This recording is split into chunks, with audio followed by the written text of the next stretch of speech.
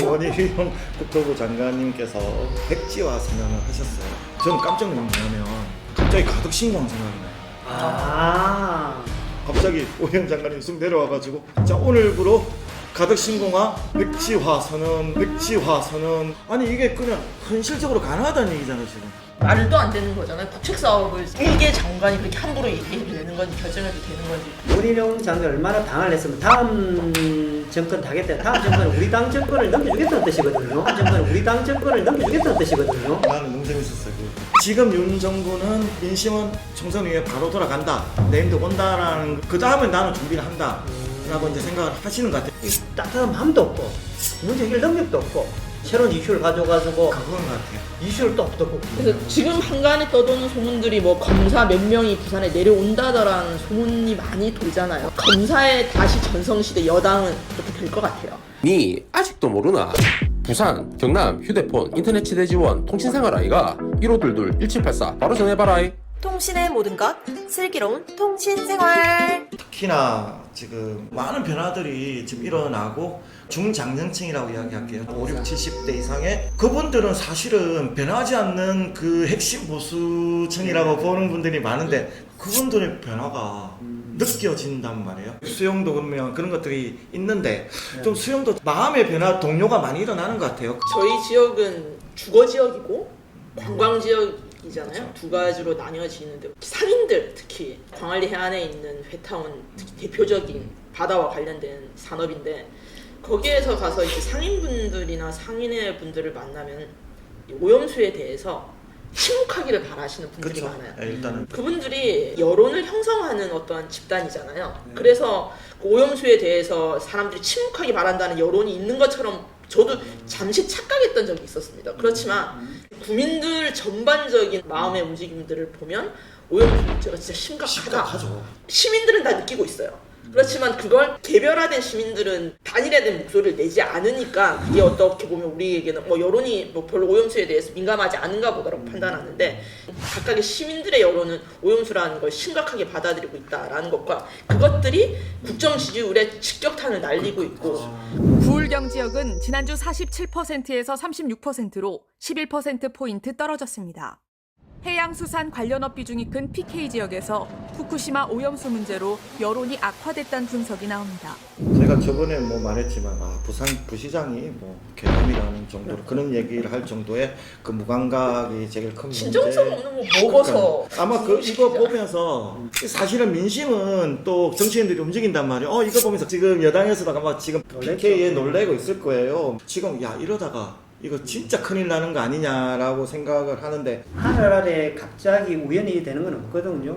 단지 우리가 이제 캐치를 못할 뿐이고 캐치를 해야 될 사람이 캐치를 못함으로 해가지고 계속 축적이 되는 거죠. 이제 인과의 법칙에서 보면 계속 이렇게 국민들을 무시하고 시민들을 무시하고 대통령이 누구의 대통령, 일본의 대통령인가 우크라이나 대통령인가 에 대한 자기 정체성을 잃어버리는 거죠. 가장 힘들 때 어려울 때 누가 같이 옆에 있는 거가 중요한 건데 지금도 마찬가지잖아요.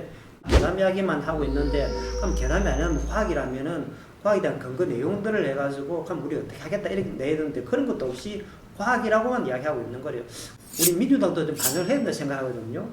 민주당도 집권을 하고 있을 때 국민들, 시민들, 주민들 마음 이렇게 놓쳤구나 하는 공부를 많이 해요. 이런 걸 놓쳤구나. 내가 그때 서울에 안 있고 지역에 있을 걸 내가 참 반성을 많이 하는 지점들이에요. 가장 힘들 때, 가장 어려울 때 옆에 있어야 됩니다. 지금 부산 시민들이 그 당혹감이라나 상실감이라나 이런 부분이 굉장히 클 때 여기 있는 그 시장이라든지 국회의원들이 그 주민들 이야기를 들어가지고 국정이 반영될 수 있도록 적극적인 노력을 해야 되는데 그 노력해야 될 사람 노력하지 않으니까 실망감, 허탈감 어디로 가겠어요? 그 시민들의 눈은 정치인의 눈보다 거의 제가 볼 때 10배 이상 높아요. 이미 높다고 봐야 돼요. 그러니까 국정 지지율이 그만큼 11%가 떨어졌다는 건 우리가 항상 지금 이야기하니까 오염수 얘기인데 그러니까 시시한다고 해서 시시되는 게 아니고 근데 지금 제일 큰 문제가 뭐냐면 그것 때문에 어쨌든 지지율이 떨어졌잖아요. 그러면 모든 사람들이 그만큼 심각하게 생각을 한다는 건데 뭐가 문제냐면 이제 폭발을 한다는 거예요. 이제 이 상인들이 지금은 시시하면서 이렇게 하고 있지만 이게 만약에 정말 큰 문제가 이제 대두가 될 거 아니에요. 이렇게 됐을 경우에는 원래 참았다가 터뜨리면 이거는 폭발을 하는 거거든요. 정말 실질적으로 방류가 되고 이런 부분들이 됐을 때는 그분들은 이제 그 폭발을 한다는 거. 이게 지금 민심이 폭발을 할 수밖에 없는 마지막 참고 있는 인계점에 온 것 같아요. 그거 좀 느끼시죠? 많이 느끼죠. 그죠? 우리가 코로나 때 맞아요. 방역을 참 잘했잖아요. 예, 그렇지만 그 방역을 잘한 데는 자영업자들의 희생이 그쵸, 엄청 그러니까요. 컸지 않습니까? 우리 자영업자 여러분들께서 진짜 많이 참아줬잖아요. 그것들이 결국은 방역은 잘해서 우리나라가 방역은 뭐 최고의 수준에 올랐지만 그런 자영업자들에 대한 마음을 우리가 헤아리지 못함으로 인하여 맞아요. 민주당이 어떻게 보면 그쵸. 정권을 빼앗기는 데 큰 요인이었다고 저는 맞아요. 생각하거든요. 그래서 우리를 위해서 희생해주는 분들에 대한 마음을 다독이는 정치가 돼야 될 것 같고 우리 대통령실도 정쟁화하지 말고요. 진짜 그 상인들을 위하는 마음을 진짜 진심을 보여줬으면 좋겠어요. 또 다른 거 하나 좀 잠깐 짚고 넘어가야 되는데 서울 양평간 고속도로가 아직도 좀 분쟁에 계속 남아있죠. 근데 약간 시간을 좀 돌려서 원희룡 국토부 장관님께서 백지화 선언을 하셨어요. 이건 뭐 약간 제가 좀 어떤 생각이 들었냐면 예. 외타까지 통과한 국책 사업을 다음 정권에 넘긴다면서 백지화 시킬 정도. 저는 깜짝 놀란 게 뭐냐면 갑자기 가덕 신공 생각이 나는 거예요. 아. 와, 이 무시무시하게 20년 이상을 우리가 수건 사업으로 지금까지 해냈는데 지금도 문제가 많잖아요. 사실 아직도 뭐 어떻게 하는데 갑자기 오영 장관이 쑥 내려와가지고 아니 진짜 제가 꿈을 꿨어요. 그렇게 싸울 거면 도저히 안 되겠다. 자, 오늘부로 가덕신공항 백지화 선언 아니 진짜 꿈을 꿨다니까요. 아니 이게 그냥 현실적으로 가능하다는 얘기잖아 지금. 어떻게 생각을 하세요? 원희룡 장관께서 무슨 의도를 했는지가 참 다들 모든 국민들이 궁금해하는 부분 지점이지 않습니까?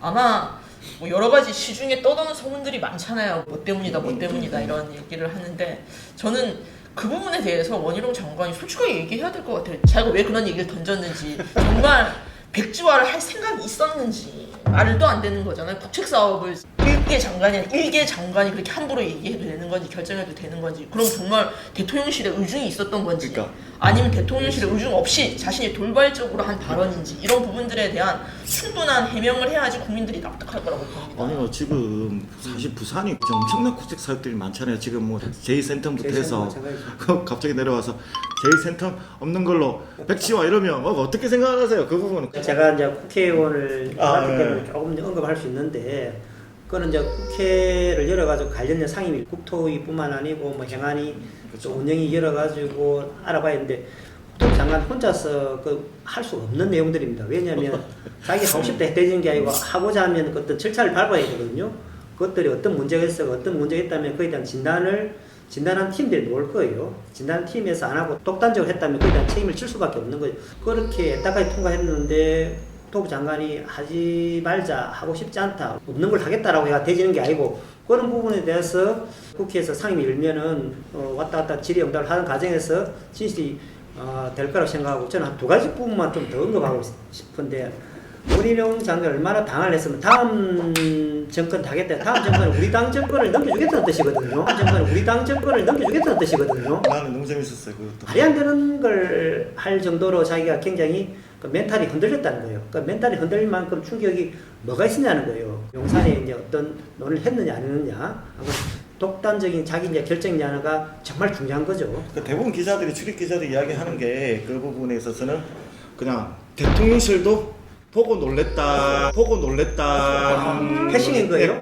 패싱인 거예요? 네, 그러니까 사실 원희룡 장관이 보통 짬밥이 아니잖아요. 국회의원 몇 선에다가 지금 도지사까지 한 분인데 그냥 저렇게 지르지는 않는단 말이에요. 그러면 패싱 당하고 나면 그냥 지금 윤 정부는 민심은 총선 이후에 바로 돌아간다. 내일도 온다라는 그 다음에 나는 준비를 한다. 라고 이제 생각을 하시는 것 같아요. 그러니까 지금 워딩이 그런 거고 존재감을 위한 지금 안티는 있어도 안티 존재감도 되게 중요하단 말이에요. 홍준표 지사가 계속 안티로 있다가 언제 저렇게 또 약간 돌아설지 우전 많이 돌아섰잖아요. 그런 거 있었지. 그런 정치적인 게 깔려 있다. 그러다면 그 여권의 엄청난 그 분열을 그렇죠. 일 수밖에 없는데 그 감당이 가능하겠어요. 이런 이야기 나올 때마다 고속도로 뭐 양평이라든지 또 오염수, 뭐 배기수 뭐 이런 나올 때마다 관점이 정말 중요해요. 관점을 놓쳐보니까 계속 흔들리는 거예요. 양평, 경기도 그 국제 사업을 하기 위해서 그 지역 주민들 그다음에 그 관련되는 그 사람들 얼마나 한 20년 동안 고생을 해가지고 어떤 작품을 만드는 거예요. 이걸 아니다라고 할 때 진단을 하고 다시 처방할 때도 누구 의견을 들어야 되는 거예요. 국민들 아니 이걸 계속 놓치니까 뭐 어떤 용산에 갇힌 공무를 했다는 이거 아니고 자기 혼자 뭐 이런 거에 대한 설만 난무하고 진짜 진작 중요한 거는 맞아요. 이 국민을 생각하는 따뜻한 진정성과 그 문제를 해결할 수 있는 해결 능력이 있어야 되는데 이 따뜻한 마음도 없고 문제 해결 능력도 없고 새로운 이슈를 가져가지고 그건 것 같아요. 이슈를 또 없고 그다음 또 잘못된 것도 도망가 버렸어요. 사고도 안 하고 또 잘못한 거 가져와요. 뭐 이런 식으로 해가지고 정말 정치를 희화시키고 국민들이 따뜻한 마음을 본인이 말씀하신 한 2년 3년만 소상공 참고 있으면 우리 삶이 나아질 것이다. 도로가 나고 나면 서울 가는 길이 이제 좀 나아져가지고 우리가 좀 더 생활이 편해질 것이다. 기대가를 한꺼번에 없애버리니까 이게 도대체 뭐예요? 전 추가적으로 좀 드리고 싶은 말씀이 이제 만약에 지금 대통령실의 의중과 다르게 여당 내에서 분열이 일어났다라고 한다면 저는 아마 대통령실의 반응은 더 자신의 친위 부대를 많이 만들려고 할 것 그렇게 같아요. 하겠죠. 이제는 더 결집을 시키려고. 그래서 지금 한간에 떠도는 소문들이 뭐 검사 몇 명이 부산에 내려온다더라는 소문이 많이 돌잖아요. 그 지역구는 뭐 거의 확실하잖아. 예.